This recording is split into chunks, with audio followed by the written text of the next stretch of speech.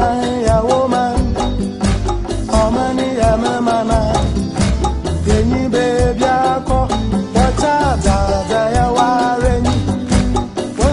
One some, one in pa, as I dip, I will feel it. Yamo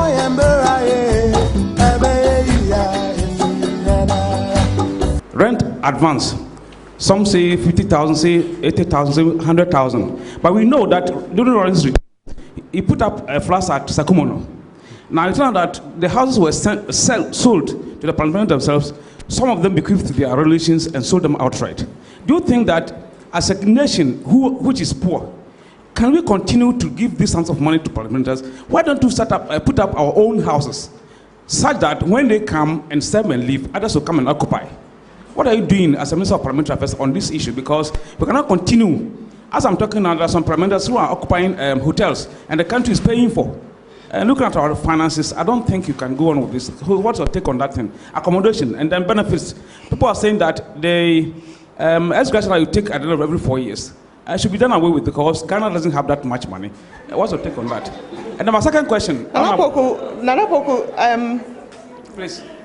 A quick one. Which parliamentarian is in a hotel that the government is paying for? Well, that's what I learned. I'm not too sure. You learned, so it's not confirmed. Yes, that's what I learned. Thank now, you. my second question, now, but didn't allude to, but it's all of importance for the country. Now, Ghana has had 26 years uninterrupted democracy. And some people are agitating that, or some politicians are agitating that we need a second chamber, or upper chamber for that matter. This has generated some kind of worry and confusion among the masses. In your own estimation, as an astute and experienced politician, do you think the time is ripe for Ghana to have second chamber in our democracy? Thank you very much. My name is Zedo Kwame Jesse. I'm with Graphic Online. Honorable Graphic Online, yeah, I'm quoting you. So when it comes to making laws, you don't see more than 50 people in the House. I want to know if our parliamentarians are allergic to lawmaking. Thank you. My name is Ernest Menu from Joy News. The Minister for Parliamentary Affairs talked about the monetization of our politics and how this could affect the quality of people we have in our parliament. I would want to know from him, he's been in parliament for a long time, what would be his suggestion as to how we deal with it so that we wouldn't fuel the suggestion that some people, again, are being protected. You talked about the attrition rate, for instance. Whilst we encourage young people, fresh minds into the House, the experience is also needed. How do we strike that balance? And Minister, if you may, can I ask a question on behalf of my Joy Online, Abu?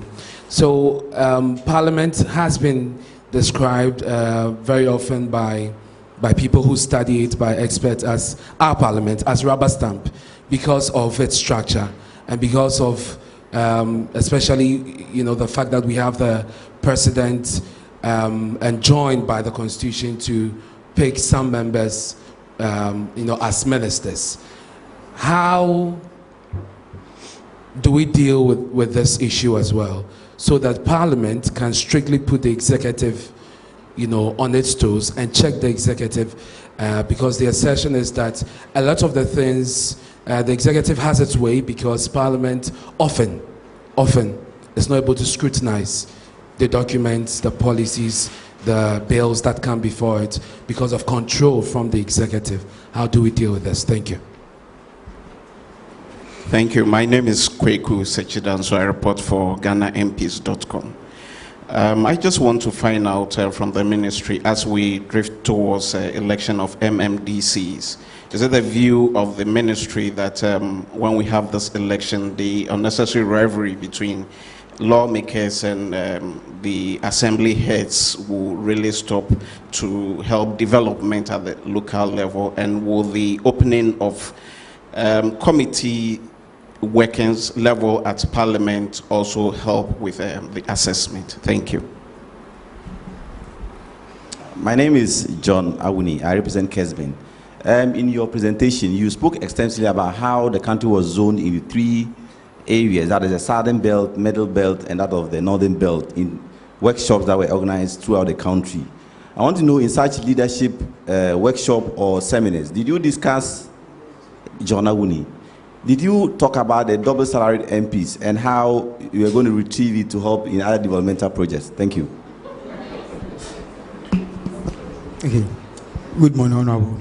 But if I'm Opoku Samuel, me free Kingdom FM. But my question here, this issue about monetization of politics, Vicky, a former commissioner, Shraj, Justice Emil Short, it was the issue say it's me could hear this monetization of politics now. It do me also conduct of public officers bill, no. It's me a pass be keep it in check. Send our politicians mutimingo. What do you make of this issue or raise here, no? And at the ben I him say conduct of public officers bill on so parliament better so. Now last one they drop that chamber issue by drop that chamber. Issue nearby, the perception institution so in your parliament saying your positive impact and as a negative institution so parliament. So, but I say, good morning, Honorable. Sumpahini, your friend, my bed nego Santi, me and my Adam FM. Leader, if I should question person, maybe say, Parliament, they be a more passive bill into law. More passive rabbi. As a member of Parliament and as we a leader of Parliament, we are impressed with how our institutions are we are responsible somewhere and for same round. So are you impressed so far? Because we are process and we are close by close, isn't it? How are you impressed? Thank you. The first person who asked the question, Nana Puku, you made an attribution to me that I've said that politicians go into office for self-aggrandizement. I've not stated that. Nana, where is he?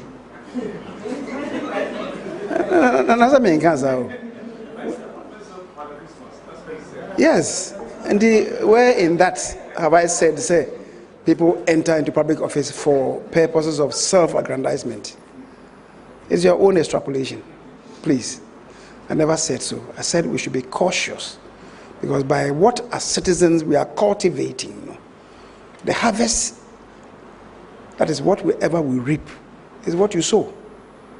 So let's do what is right in order that our politics will yield the good dividends that we want. And then you asking whether Parliament can continue to give rent advances. At the very outset, I wanted to draw the distinction between what the ministry does and Parliament also does. The ministry, you know, is part of the executive.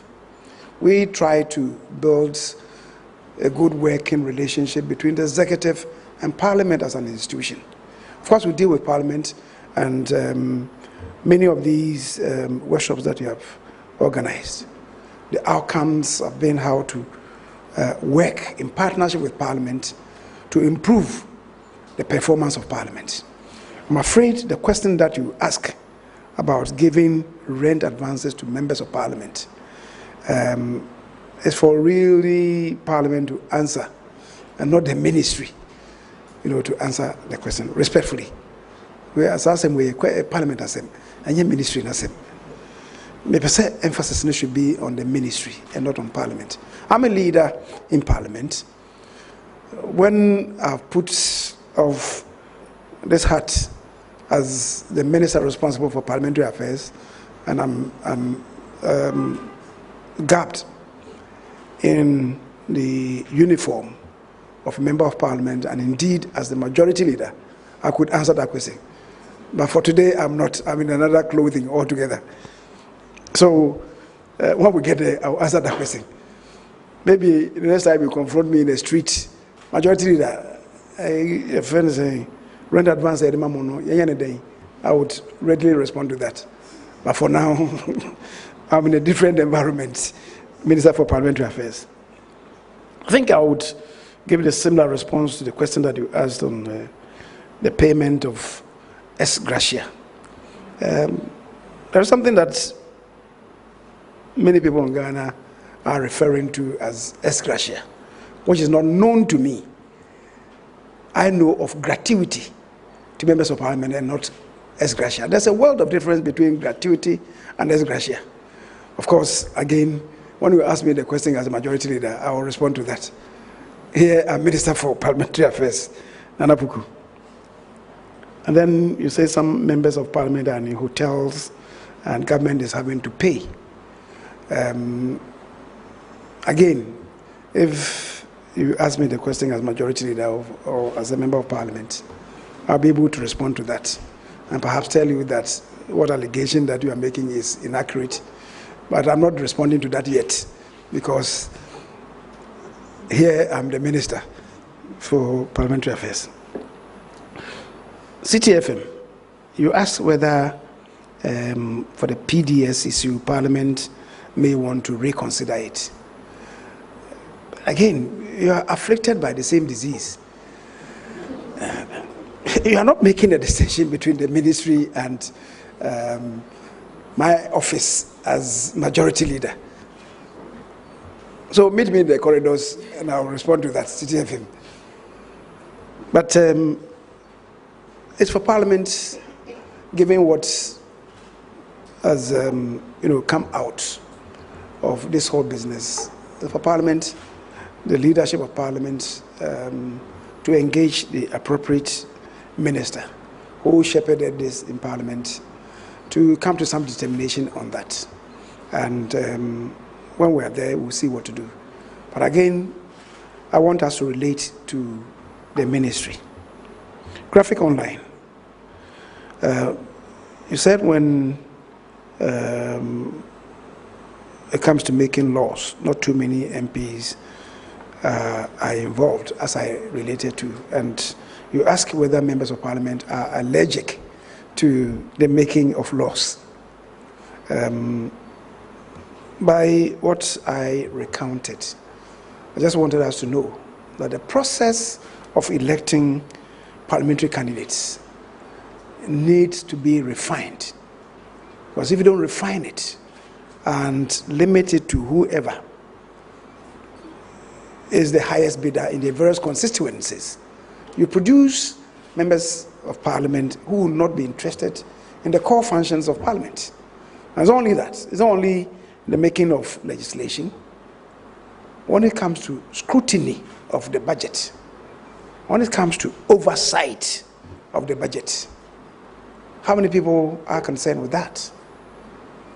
Anytime we hear complaints about members of parliament, it's not about their work in parliament. In 90 out of 100 cases, and yet there, he's only a facilitator. He's not the mover and shaker of development.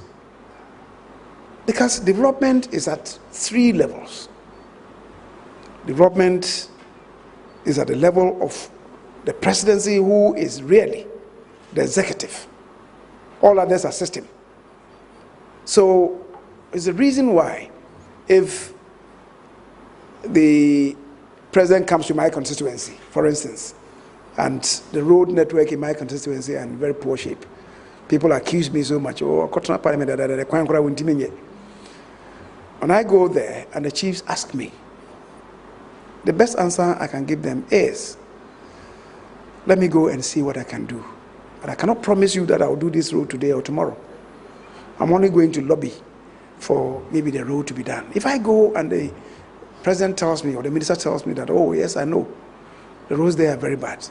Unfortunately, there are too many bad roads in the country. And your roads are not a priority of government for this year. There's little that I can do. But the president can go there, the chiefs would ask him, President,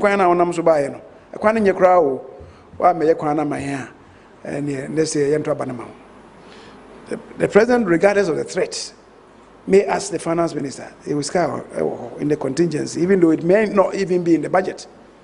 He says, oh, there's some money.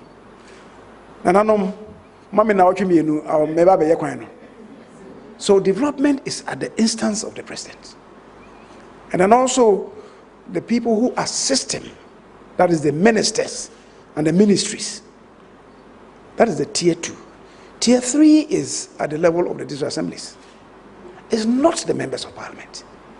And yet, it's often, because they represent the face of governance, especially in a situation where the MMDCs are not chosen by universal adult suffrage, people don't know them. If you go to any village, in a constituency, in a district, because the face of the MP is there, the people know him, they are able to recognize him. The DCE goes there, they don't even know him. He has to introduce himself. I'm the DCE here. Then, because they know he brings development to their doorsteps, after maybe whatever meeting that they might have had with them, on his leaving, they are giving him some animals, goats, sheep, and others. The MP will not be given an egg. Yet when he's about leaving, the people would come to him. Now, they will not ask the DCE. The DCE,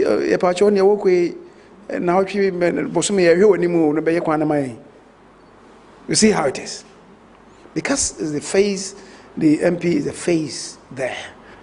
If it comes to development, it's the person that they relate to, not even the DC. Because the DC, dealing with the DC is at an arm's length, but the MP, they can easily come to you because you are the face of the people there.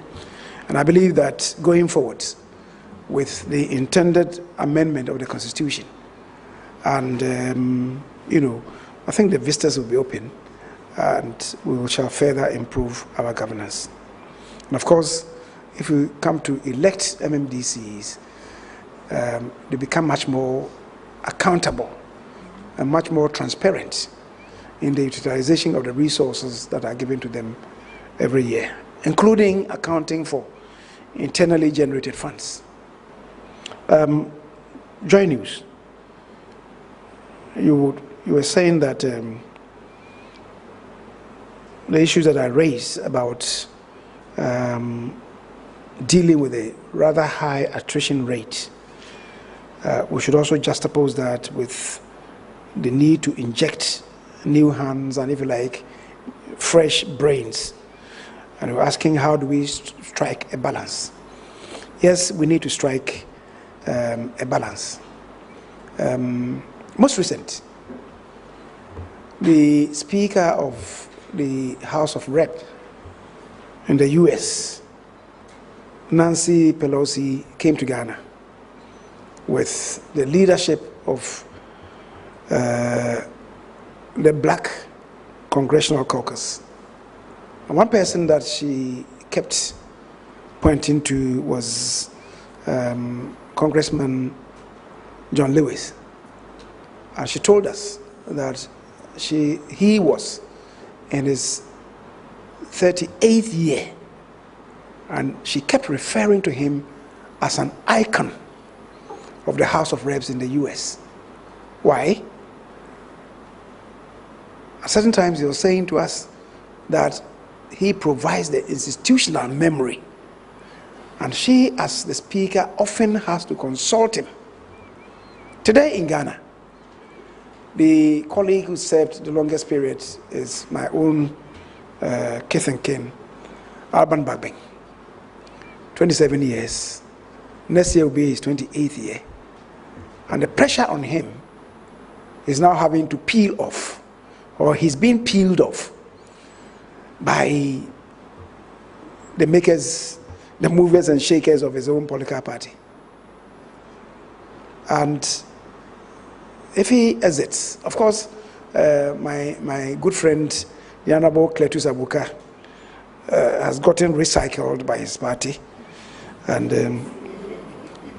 he may or may not come back to Parliament. I mean, depending on what happens in the constituency. But at the level of the constituency, they've tried to recycle him back.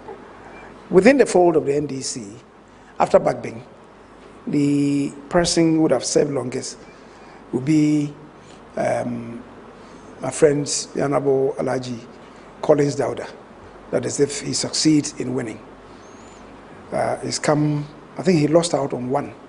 He started in 1983, but he lost out on one count, and he's still in Parliament now. So I think he's of my age in Parliament, doing 6 terms now. If we want, it's not for nothing, for instance, that in Parliament, if there are issues and I want to relate to them, colleagues will listen to me in silence, just as when Babin gets up. It's not for nothing. I'm not a product of yesterday. I'm not a product of 3 days ago. Just as Babin. He's not a product of yesterday or day before yesterday. He stayed with us for quite some time. So when we need really to consult as a house the old lady, as we say in our local languages, it is Bakbing that we must consult. It is Chairman Sabos that we must consult. It's not for nothing. So why do you want to do away with your old brains and simply resolve to introduce new hands when you know that in relative terms, apart from their own intellectual capacities, they have garnered sufficient experience and competencies to nourish our parliament and indeed our democracy. So let's strike the balance. What do we want? And I agree with you that we should strike a careful balance. It is the reason why I brought us back to the language of the Constitution. Even though the Constitution provides in the same Article 55 that the internal arrangement of political parties should be democratic. The same Constitution then says that in choosing the leadership, it should be representative of all the regions. How do you reconcile the two? The Constitution is not saying that choosing the leadership by whatever method, if it is not by election, it's not democratic. That's not the language of the Constitution. And we should know that the expression of popular will is not predicated on elections alone. It's not. Otherwise, in Parliament, when we deal with matters as representatives of the people, we should be voting on every issue. We don't. I'm talking about casting ballots in everything. But when we come to voting, oftentimes it's by voice votes, and the speaker determines that this vote is deeper than the others. So the ayes have it, or the noes have it, according to the depth of the vote, as expressed in the voice. So I'm saying, casting ballot is not the only means of pursuing democratic governance. As Parliament rubber stamp, as you said, because the Constitution allows the President to appoint a majority of ministers from Parliament. I personally disagree with that statement. Even if the President had to appoint 100% of ministers from Parliament, it will not compromise Parliament. Why? Because there are two different systems of governance. We have opted for a hybrid. We have the presidential systems and the strict presidential systems. The President appoints ministers from outside Parliament. The US is the flagship of presidential systems. All ministers come from outside Parliament. So in the US, the ministers that the President appoints are technocrats. They are people with expert knowledge in the various fields of endeavor, who then are hauled before Parliament for them to be vetted for their demonstrable competence in their various areas. In the Westminster system, in the UK, in Australia, in Canada, in India, where they practice Westminster, all ministers come from Parliament. So it must be a member of Parliament to be made a minister. And yet the system is so effective. There are no compromises. Why? It's because in the Westminster system, before a person is made a minister, he would have served as, maybe here I would describe the person as a ranking member, or belong to a committee from the opposite side. It is not for nothing that the ranking members in the Westminster system are referred to as shadow ministers. They are shadow ministers because they exist in the shadow of the ministers. So almost invariably, if his party assumes the reign of power, of government, he's made the minister.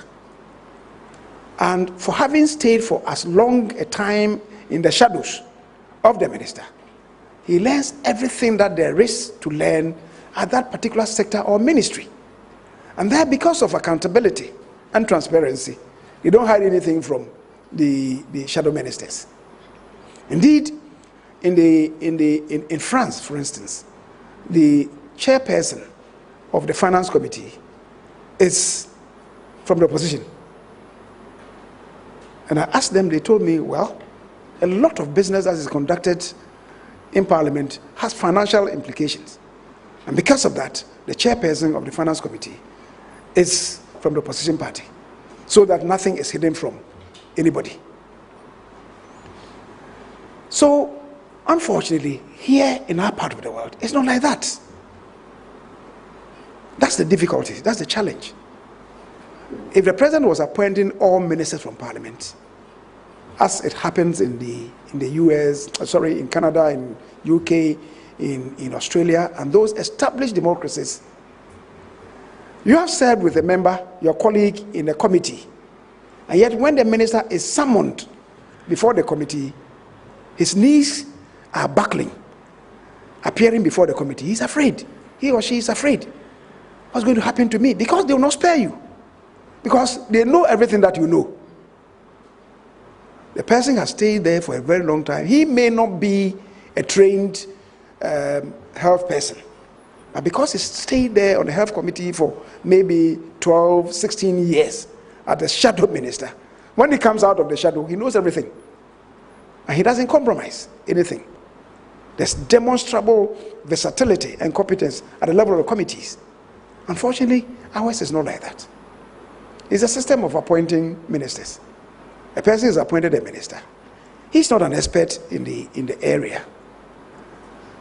And sometimes he doesn't even belong to the committee. He's not been on the committee before. But the president comes and he appoints that person as the minister. If we must be candid with ourselves, the Constitution provides that ministers are required to assist the president, one, in running the state efficiently.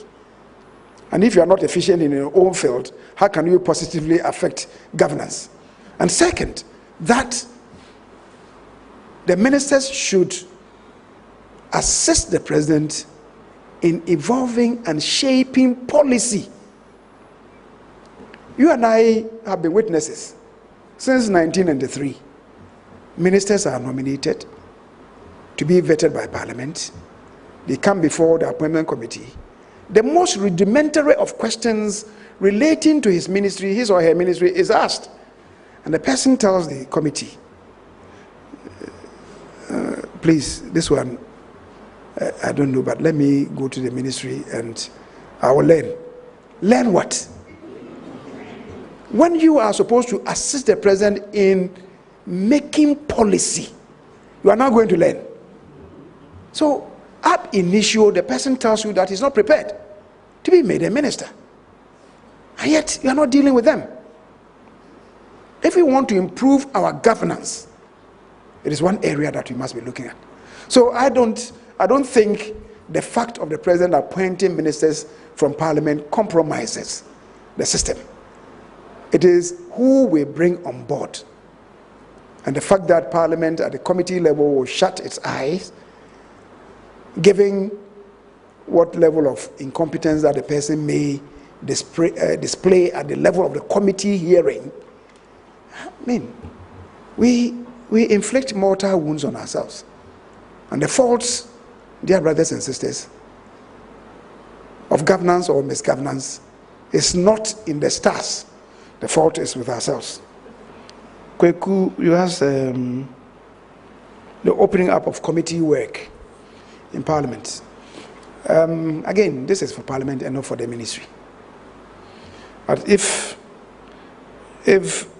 you had asked the question, in my capacity as the majority leader and leader of the House, which I'm not performing, which role I'm not performing now, I'll ask the question. So meet me in the corridors, I'll respond. But you know my position on that. So why do you come here and ask the same question that you have been asking me since time immemorial? John Awuni, double salary. It's parliament business, not parliamentary affairs. Opoku, the Conduct of Public Officers Bill, and the lessons learned from drop that chamber hashtag. It's the question for Parliament. So, can I escape that question? Adom FM. You asked whether I'm impressed by the process of implementation of bills passed by Parliament. The function of the ministry includes this. I told you that in the crafting of the legislation, which would include the process of implementation, because the process would usually ensue from the legislative instrument, which may be passed after the passage of the main bill. It should be the concern of us and of the ministry, and to feed back to the executive what the media, what stakeholders would have told us, which would feed into the system. So it's part of the responsibility of Parliament. Houses, we've exhausted the entire list. So since the minister is being hauled into Parliament immediately, we still have the exhibition to attend to. So if anyone is interested in seeing some of the photographs and listening to some of the explanations and they have on their key achievements, you may join us as we go through the exhibition outside. Thank you so much for your time. Thank you for coming.